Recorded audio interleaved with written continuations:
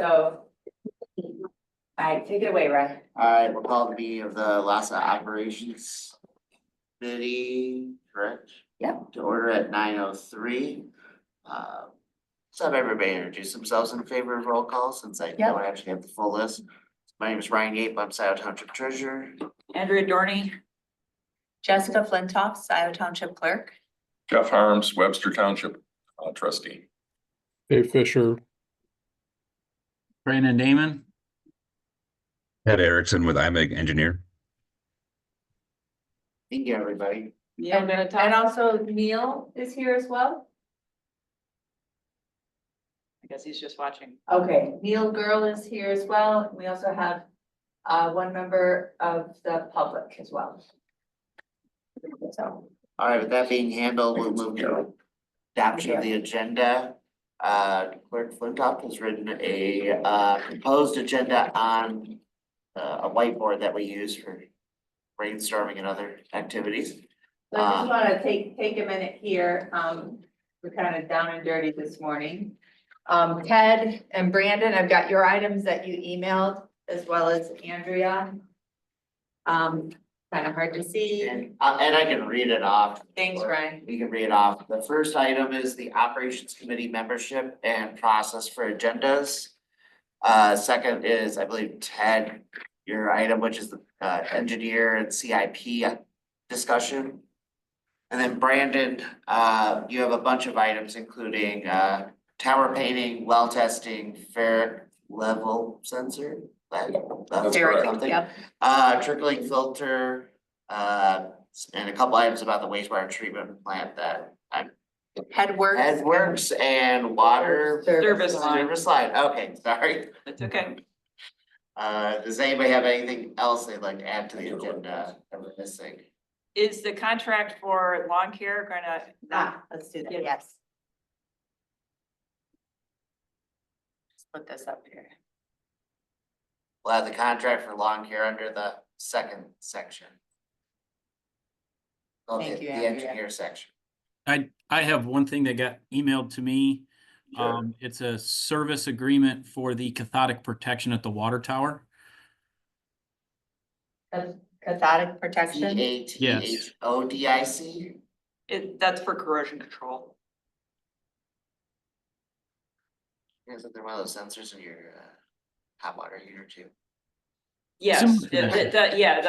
the ionic Yeah, pole is yeah. supposed to do that. Sometimes that's more trouble than it's worth though. That they always cut out. Yes. Yeah. Gotcha. Okay. All right, any other It items? smells like sulfur. Yep.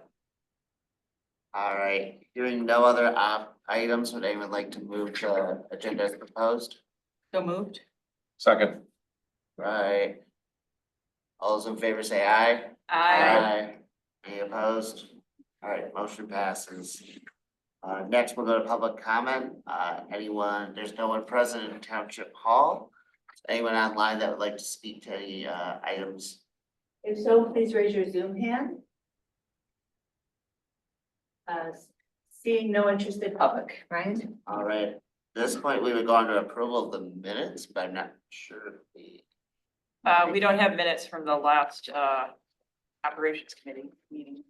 So, yeah, and I do have a draft of them here. But I haven't distributed them, so it's not fair to try to adopt them, but we did have our last kind of first organizational meeting on December 13th. When we were kind of between appointees from the board, Okay. so. I guess in lieu of that, we'll move on to reports. Could we go to membership? Oh, yeah, we could do that. Okay. Yeah, we can do a membership first, that's fine. Okay, great. So I just wanted to touch base. I had to refresh my memory on membership of the ops committee, and certainly it's something I think that, you know, it's a good time to kind of look at. We can keep it the same. We can propose to change it with a bylaws change. But what our bylaws state is that the chair of the LASA board and 2 members of the LASA board comprise the operating committee. Okay. And but of course, the operating committee is enhanced by the additional members from the community and experts. So, I mean, I think we've been informal enough, which is great to be more inclusive, to make sure we have all the right kind of perspectives at the table. But I do think we need to define, at the next board meeting, who is on the operating committee and responsible for agendas and stuff like that. What's everybody's thoughts? The bylaws themselves say the chair of the board plus 2 members of the board. Well, I got recruited on the operating committee a couple of years ago when, they sent out an email Right. saying, we need some people for the operating committee. Exactly. And you're like one of the perfect people for it with your expertise. I mean, technically the bylaws say it's the chairperson and 2 members of the board, but at least since I've been on LASA, that's not really how it's operated. We've Right. always had additional members, so. I think part of that, just having some clarity, because I don't think people always know. I mean, that's the case right now. It's like, okay, who's on the board, who's supposed to be on the board and stuff like that, so. I think people were showing up or have been showing up because they didn't know if they were supposed to or not. So from on the board level, it's the Webster Township Board appointees Mhm. and the Scioto Township Board appointees and the Loch Alpine Improvement Association rep. For the operating committee, I would really appreciate, I mean, certainly like Andrea, Dave, Neil, to continue. I just want to make sure that we have the full list of who should be coming to these operating committee Dave meetings. Navarre had a bunch of contacts that he used, for people he knew in Loch Alpine who did stuff, and he, pulled them in when he thought they would be useful.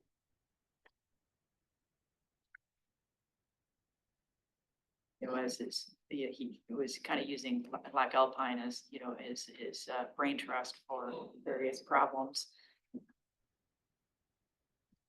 And is that still a resource?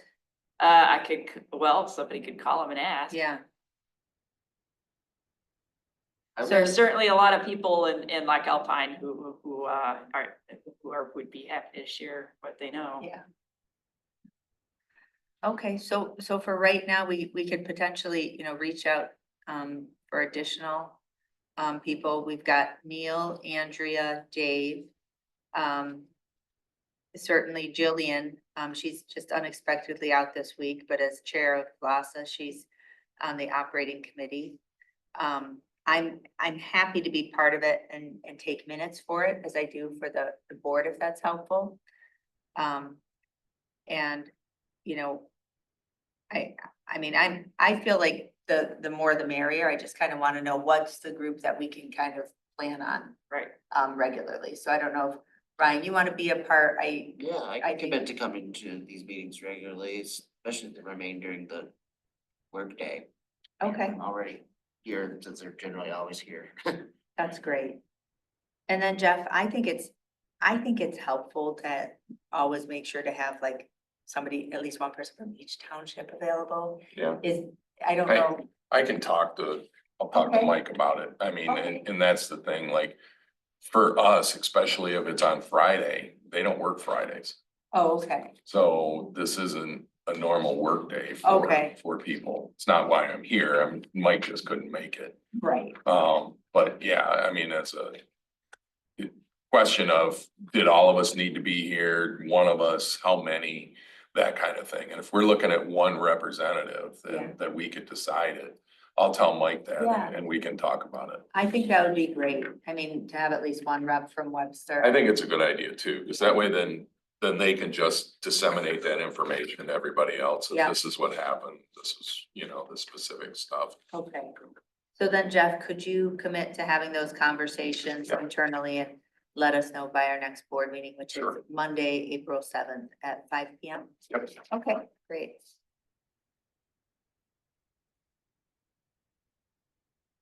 Just a placeholder today. You're a good placeholder, Jeff. We're glad you're here. Thank you. Okay, all right, Ryan. Right, I guess next item on our agenda would be, Ted, I think your engineering, discussion items. The CIP and then, the lawn care contract. Well, I can talk to the CIP. I can't necessarily talk to the lawn care contract. Okay. I'll find that.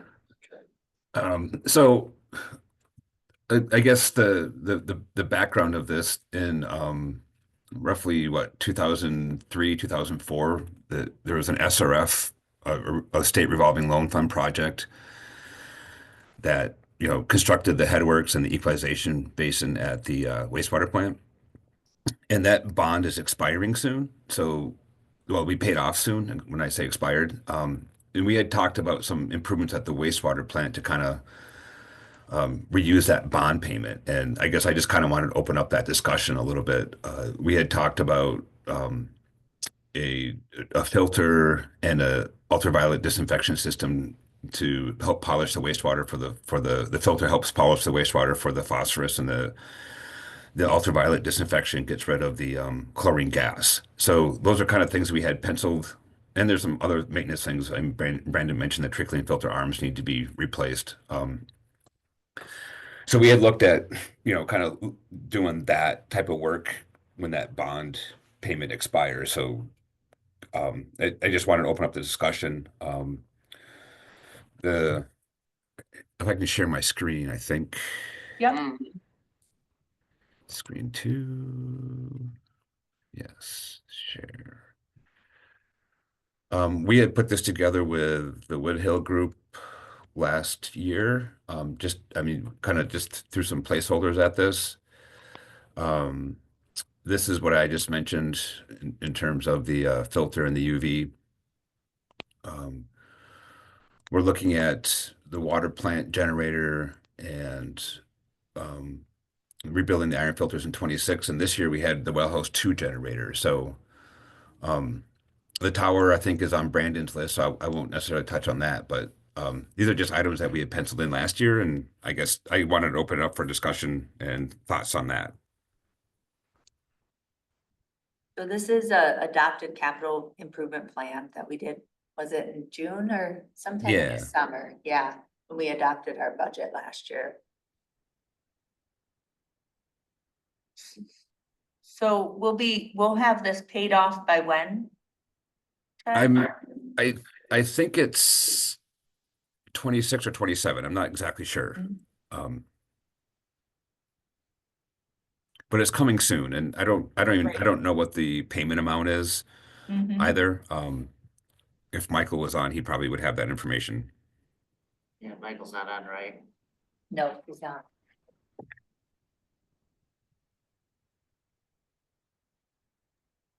I mean, just one quick comment, and I know we're talking about capital, but like with the UV, that would be a method change, and it would impact our power requirements potentially. A little bit, Versus yeah. chlorine, and I know it wouldn't wind up in this spreadsheet, but maybe there'd be a study on the impact on operating costs. Generally, gas is the cheapest, followed by UV, and the most expensive is to use bulk chemical. Right. But a lot of people like UV, as long as you got a good, electrical safety system, setup going. UV is pretty hands off. Safer. And yeah, well, and you don't have to handle gas, which nobody likes handling gas. Yeah. Right. I mean, that's to me, that's the driver of the UV, is getting rid of the gas. Sure. And it I gets rid of understand. 2 gases, right? Chlorine and sulfur dioxide. Yes. Yeah, that's a big deal. So anyways, yes, you're exchanging the cost of the chemical for the cost of electricity. But operators like UV systems, they just have to clean the lamps every once in a while, and electricians handle, making sure they stay safe, and Yep. they're pretty simple. And they're pretty effective too. So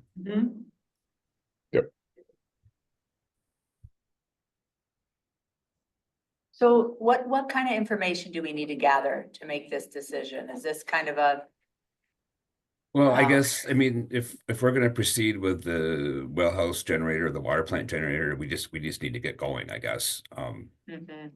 And I guess I'm happy to put proposals together or whatever, but you know, I feel like we need some direction to do, you know, go forward with that if that's what we want to do. It generally takes 3 years to get through the SRF process. If we're gonna do it, we'd have to start filing paperwork. Yeah, the SRF process, it for roughly $1 million, it's a little, I don't know. I'm kind of soured up on it a little bit. There's quite a bit of upfront cost. There's quite a bit of competition these days. The money's going to disadvantaged communities, which I don't think will qualify as that. So the SRF is kind of like, to me, it's cheap money, 2.5 to percent loans, but it's kind of like that 0% credit card deal you get is you pay 5% up front and then it's 0%, right? So for $1 million, it's kind of dubious in my mind that you'd approach that. So you want to fund it another way? We didn't fund our last project through SRF. We did it through municipal bonding at Yeah. Next. Yeah, and if the payment's roughly $100,000 a year, I mean, there's kind of some money that's already being, in the rates that you could use to help pay those, any bonds off or something like that. Okay. But I mean, that's obviously not my decision. That's just how I view the SRF at this point. Maybe we could ask Woodhill and Ted to present at the next board meeting and help us guide us toward a recommendation. I would agree with that. I mean, my question would be to Woodhill is, would the debt cost be roughly the same? If so, it does sound like it's a more efficient process and somewhat more efficient from a. Everything from the EPA is so up in the air right now. And a lot of that funds rolls downhill and becomes part of the SRF fund. The SRF is, yeah, State revolving State fund, revolving So fund I is. know, but the funding, how much is federal? like 70% of it. Oh, And it's currently up in the air. okay. What is the name of the federal program that funds the SRF? Isn't it just the same? I think so. There's Okay, in I'll the look it up. guidance, there's a bunch of MCLs and whatnot that talk about it, but I don't know that stuff off the top of my head. Okay, I think we could look at bonding though, the point of if we could do the bond outside of the SRF, just do a municipal bond. I don't know if it's an option, but the thought. Dexter did their last project using municipal bonds instead of going SRF or rural development. Would Black Alpine qualify for rural development? I believe so. don't- As a municipal authority, you would, I think. think so. And I think that we've had bonds before. Okay. All right. Bonding is a But little bit more complicated it would with the be- authority because there's two With full entities that backing have of to us. do all that stuff too. I know.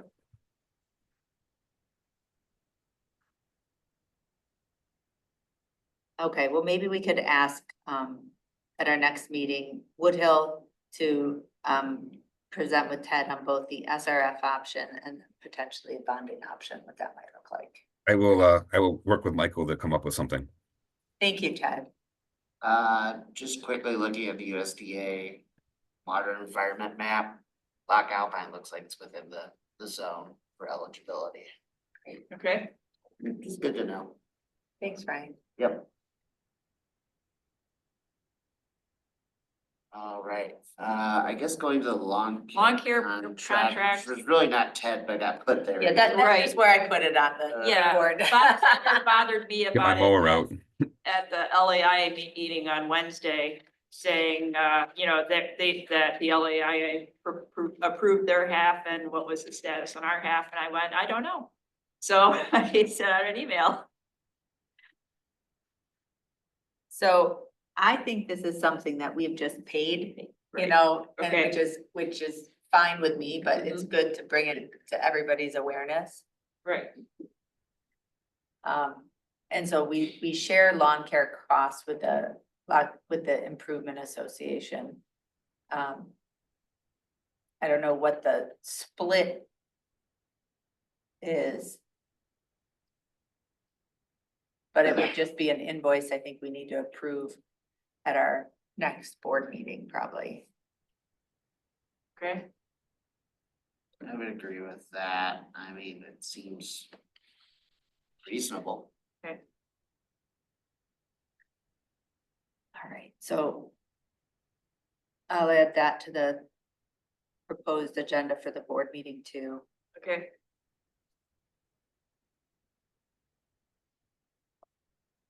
Great, I'll send Bob a message. Yeah, thank you. Bob is so great. Now, is Loch Alpine the one that contracts them? Yeah. For Oh, whoever yeah, does yeah. the mowing, and then they just include that with the regular mowing for Loch Alpine. Yep. It's an add-on.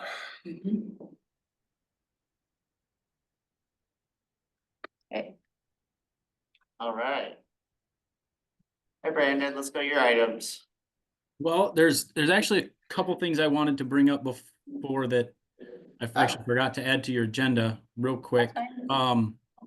Our operations contract is actually set to expire, but we have renewal April 1st. We are prepared, if you want to add us to your agenda for the meeting, to come April 7th and give you the new proposal with, well, it's not really a new proposal, it's more of a Renewal. extension Okay. and a new agreement. We were gonna get it to Jillian, but I know she's out of the office, so I don't have it yet. But I believe myself, Blair, and James were gonna come to the meeting and present that to you guys for extension and That would be great. contract. I can't believe your contract's already up. Me So- neither. What is the length of the proposed extension? I think we were just gonna try to renew it for another 3 years. I think it was 3 years. Okay, But if you guys want to go longer, we can always do that, as well. We can change that language and add, I'm sure. okay. Um, Yeah, I think it'd be good to have a proposal, certainly. We would want to have our attorney take a quick look at it before we, would vote to approve it, just for form. I'm sure it's the same as last time, but it's been a minute. I think it was 2019 that we did this. Yeah, I mean, I think all they're doing is adding the ECI contract increase to it, and I don't think there's anything else, but I will try to get that over to you guys as soon as I can before the meeting. And Brandon, where did we land with, like things like hydrant flushing? And turning, Valve turning. valve yeah. turning, thank you. See, I got too I'm glad you technical. reminded me, because I have never gotten a proposal from our person that does that. On the Yeah, valve turning. It is something that I'm a little nervous about, because when you start turning valves that haven't been turned, it could cost you a lot more money. yeah, they start breaking. They Yeah. start breaking, and that makes me very nervous. But that is something I can get on her to get a proposal to you. For some reason, I don't know why it's taking this long for her to even give me a proposal. Well, it's a question of, do you want to have them break while there's not a fire going on, or do you want them to break when there is a fire Thank you, going on? That's- Andrea, that's what I yes. like. Yeah. You're Yes. direct. I agree. I'm more concerned of, as we start turning valves, what's that's an unknown expense of the valve broke. Now we got to get somebody in there to fix it right away, type of thing.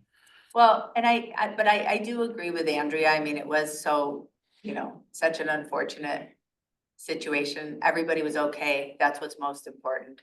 But, it was a situation, that my understanding is, had we had a more robust regular valve turning program, we might have caught this before the fire. I also wondered, I'm hearing former Supervisor Kingsley in my head, asking you, I will repeat. So could we make this part of this regular contract? Can this service be added into kind of part of the regular operation? Because I think, At least I know for our in-house utility department, that is part of their regular maintenance of our system is hydrant flushing and valve turning. I mean, hydrant flushing certainly is. It's the valve turning that we can add that. We can certainly do that. We can certainly add that. It'll change the monthly cost, but we can definitely do that. I think it'd be worth looking at. I don't know in terms of the risk, to the benefit. I don't know how to think about it, Andrea, but it seems, You're gonna have to bite the bullet and start, yeah, and some are gonna break on you, and that's. The alternative is to not do it and wait for a fire and then find out if it works or not. no, That sounds Well, bad. and potentially you can try to You turn can- them and yeah. not break them. Right, and you can And also do if you it in get- ways that you can pick spots where, okay, if this, where you can keep the water flowing, in one direction or another. So even if it breaks, it'll be all right, because you can Mhm. route the water a different way. mhm, And then go through the system that way until you get them all. mhm.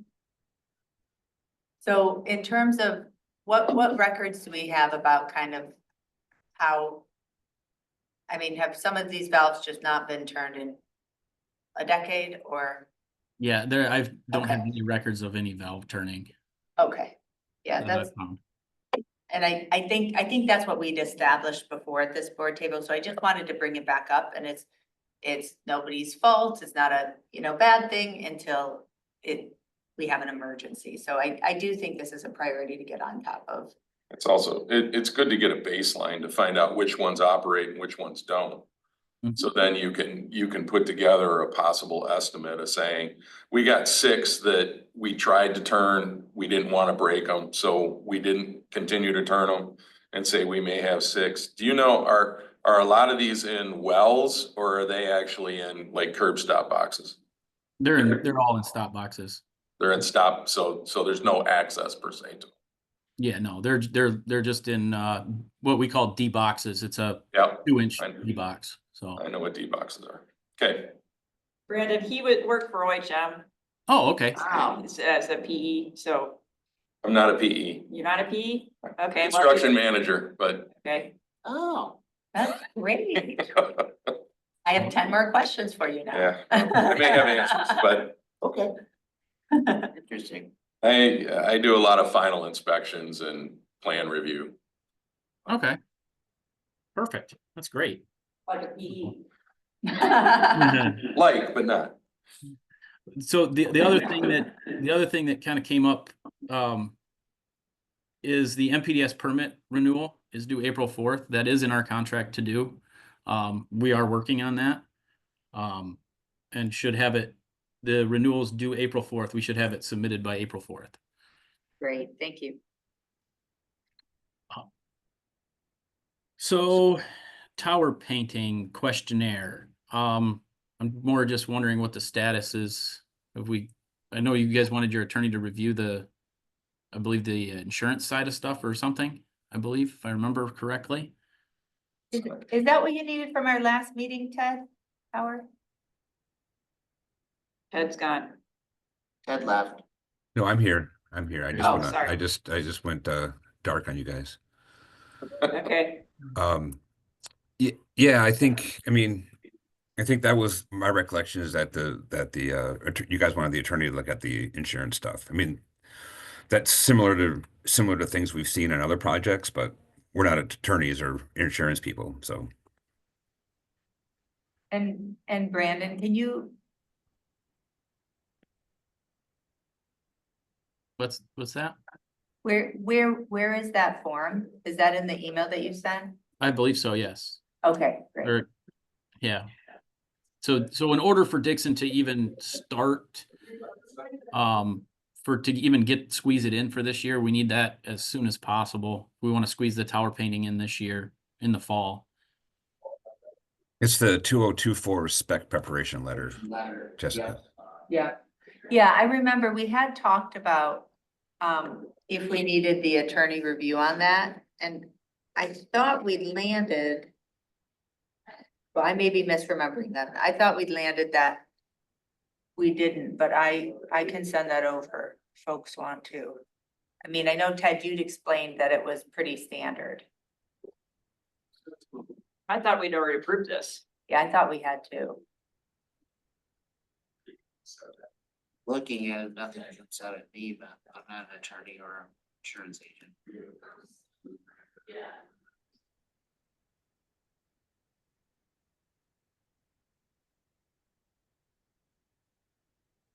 I guess the other thing with the tower is the cathodic protection agreement. I can send this over. It was sent, I know it was sent to Jillian as well, but part of this is strictly for the cathodic protection service. And it's, they push it to want you to do it every year, but they do it all from the ground, from the control panel for the cathodic protection. And it's more of a, maybe once every 5 years type of thing. And they want $1,105 to do that. And I think it would be a good idea to do this, to just have them go through the electrical, make sure everything's, everything's good on the cathodic protection since we're doing the tower painting project. Certainly something we want to know before the tower project. Yeah, we can definitely do it before that for sure. Really wanted to do that In first. case it adds something to the tower project. Yeah, like changing anodes or anode, whatever those are. and that if those needed to be changed.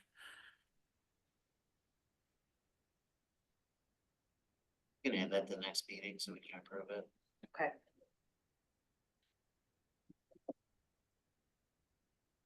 I'll share this document with you.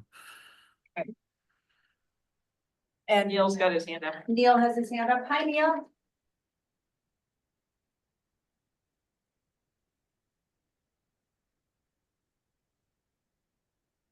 Hi, Neil. Feel free to chime in. You're muted, Neil.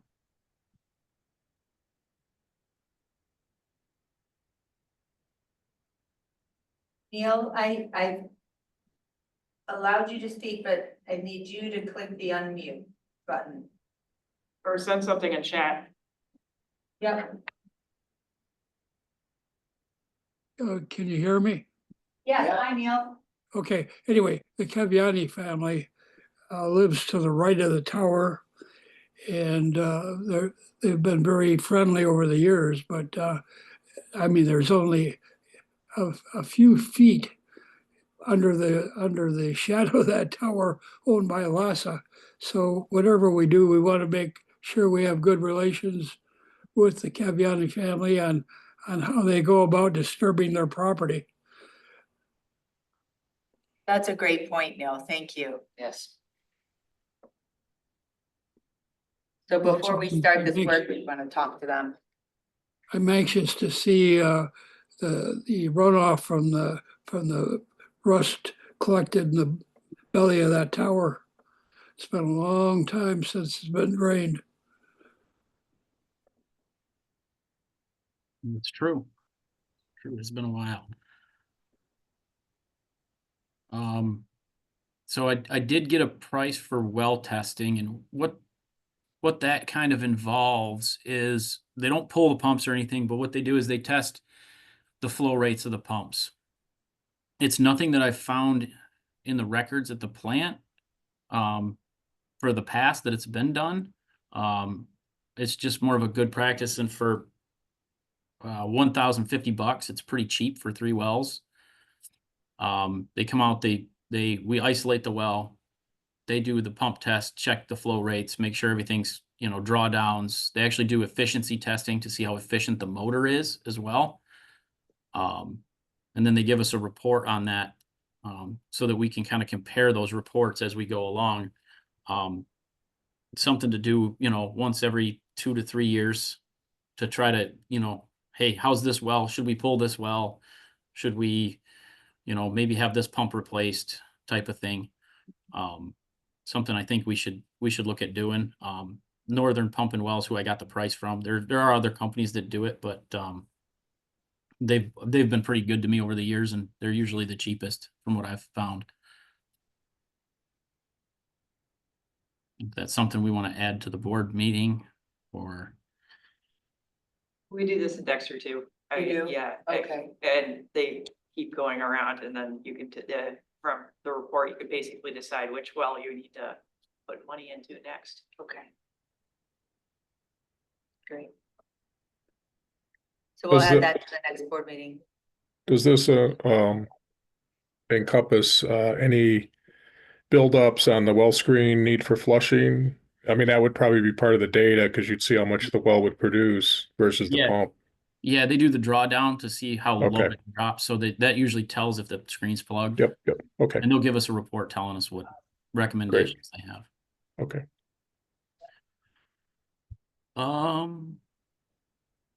So the ferric level sensor at the plant, we've got a temporary system set up now.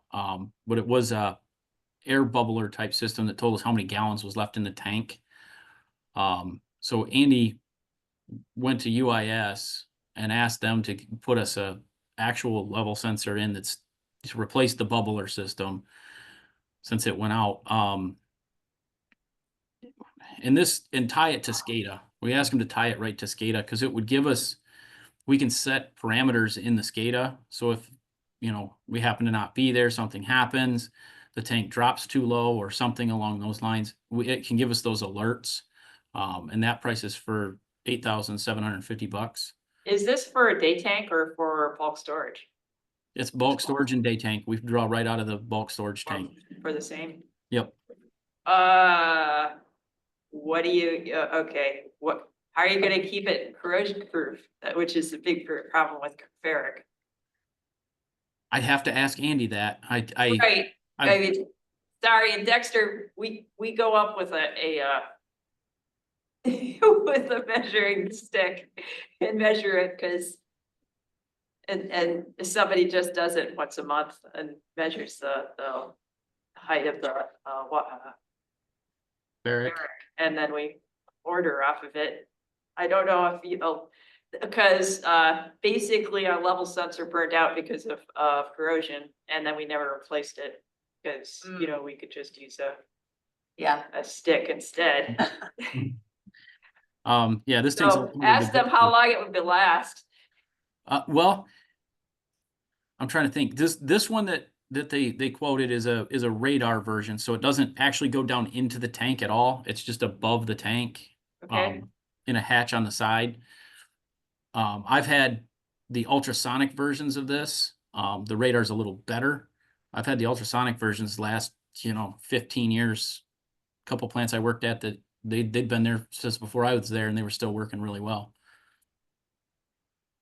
Okay, well, as long as they think it's gonna, not get totally killed by the ferric chloride, No, I agree. I'd be totally in for a new sensor system. Yeah, this ferric tank's outside, so it definitely not as much fumes like being in a building. Is the bubbler too old to repair? Yeah, I mean, you could still instrument it. yeah, before me, they added like a little medical grade air pump that was Mhm. calculating it for us. And it's just a tube going down in there. And those little pumps are not reliable. Mhm.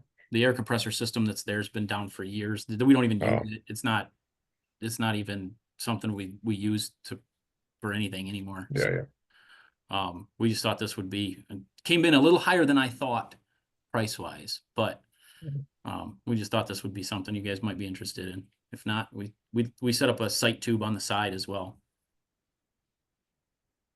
Yeah, I mean, you could go with some high, kind of a better quality air compressor tank, Mhm. and then instrument both the pressure on the tank and the bubbler over to SCADA. I would hope for less than $8,000, but I don't know. This would be a full solution and probably an upgrade. Probably get better accuracy potentially. So it's kind of your call, I think, probably. Yeah, I just figured I'd bring it up for discussion. It's, Yeah. You are right. It probably would be cheaper. But I think we were thinking more along the lines of upgrades, Sure. to the plant, Okay. things to help along the lines. The other thing that I have on my list here is the recirculation pumps for the trickling filters. So, I had a little trouble with Professional Pump. They put the last one in, and it's confined space entry. And they pulled both of them out, both pumps out, put a new one in, and we've been using it, works great.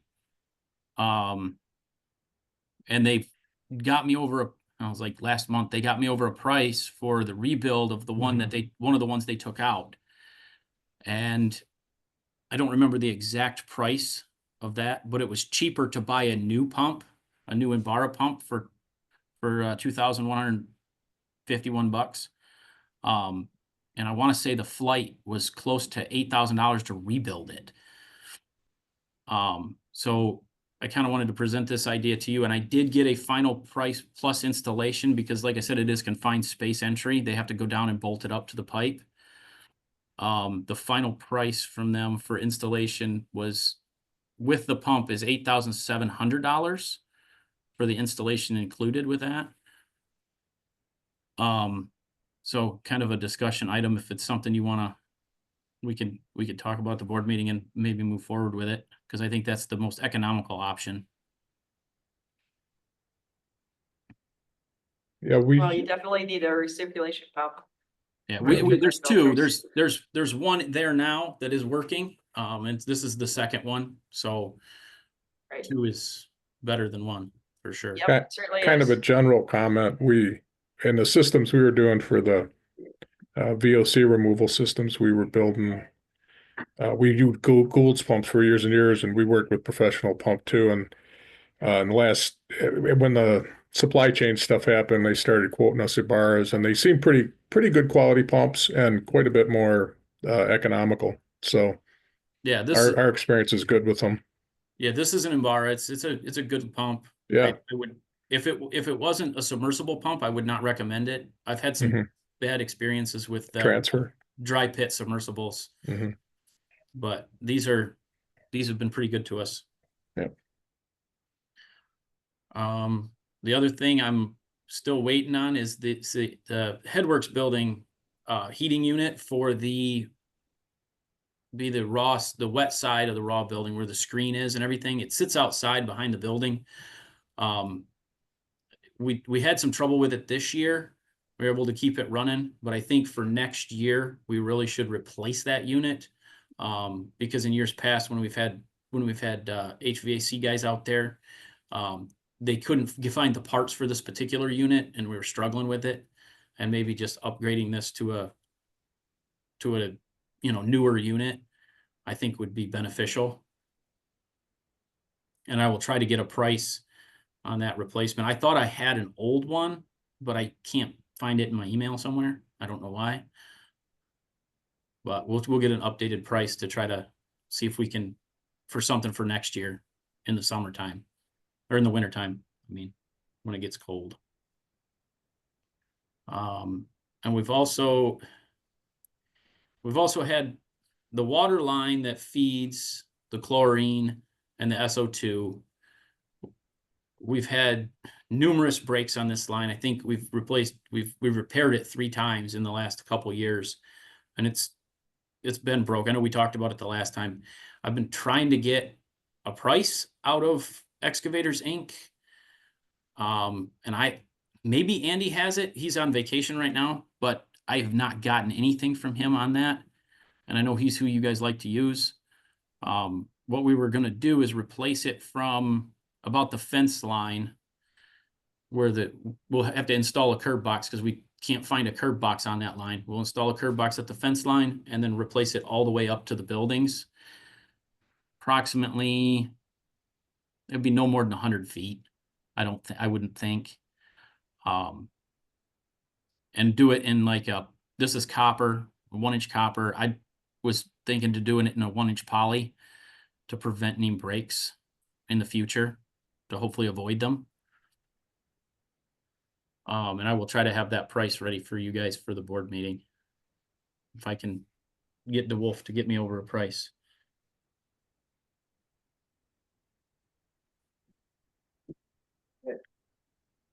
Great job, Brandon. Thank you. Just one quick note along those lines, and I don't know, probably doesn't mean anything, but I walked the border to border trail and comes up along the plant there, and I noticed some flagging going on. So I don't know whether they're going to be doing some work on, it might be on the drainage on the edge of where the plant property is. Okay, there's, I'd have to look on the Mistig system, but I'll check with the operator and see what they're doing out there. Yeah. Neil has a comment regarding the fire hydrants. Since I live close by to them, I'm very concerned. Uh, I can confirm that both Dexter and Scioto fire departments often take water from our hydrants for their tankers. And they, I'm sure, have some opinions about the status of all our hydrants. It would seem like a reasonable thing to do is have a discussion with them to see how often they check our hydrants. Thank you, Neil. Yes, I've had some offline conversations with our chief here at Scioto Township. And his recommendation is a more regular program, but I think that's a great idea. We could formally reach out to Chief Hood and then Chief Armstrong and Dexter. And maybe they could give some opinions to the maintenance program we should have. And I can take responsibility for doing that, connecting them with Brandon. In Dexter, we do the maintenance and they, operate. They don't have anything to do with maintenance in Dexter. Yeah, I mean, our utilities department is Yeah, who handles it. so if you want to talk maintenance, then you'd be talking to Tim Stewart, not to. Okay.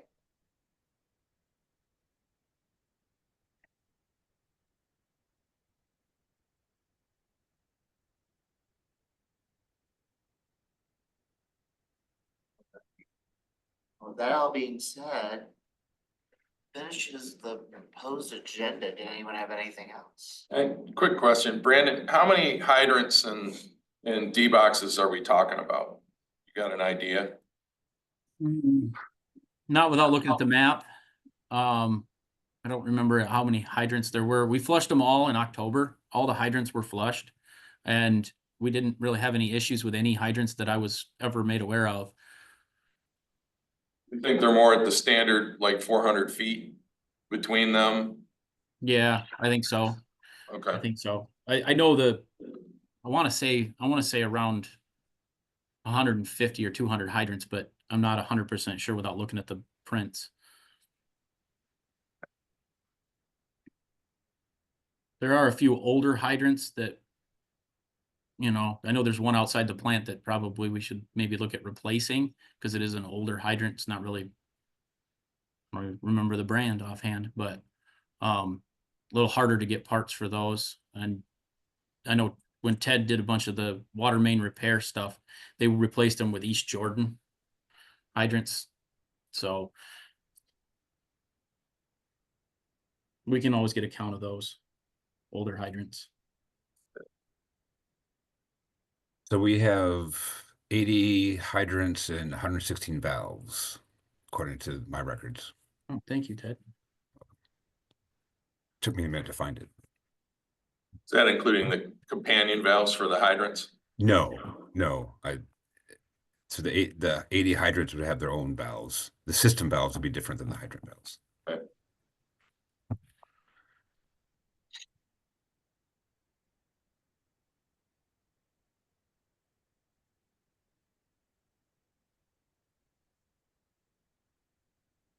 All right, any other questions? Next meeting is April 7th. Yeah, so our next board meeting is Monday, April 7th at 5 PM in this room or on Zoom. And our next operating committee meeting is scheduled for Friday, June 13th at 9 AM here. And we have all of these dates on the Scioto Township website. I'm gonna make a change to make it a little more clear because right now they all look like the same meeting. So I need to designate which ones are board meetings and which ones are operating committee meetings. Perfect. But you can know operating committee is at 9 AM, board is at 5 PM. All right. Well, we'll go public comment. There's nobody present in Township Hall. Anyone online? Anybody online want to speak? Please raise your hand. Hi Pam, welcome. Thank you. Pam Boyd, a Sciro resident and a longtime attendee of these meetings. Since Clerk Flintoff spends so much time working to undermine Supervisor Carey, I actually recommend that you pick somebody else to do minutes if you want them timely. Thank you. Thank you, Pam. Anybody else have any comments? Seeing none, Brian? All right, motion to adjourn. I second the motion. All right, all those in favor say aye. Aye. Any opposed? All right, we're adjourned at 9:53. Thanks, Okay. Thanks, everybody. Thank you.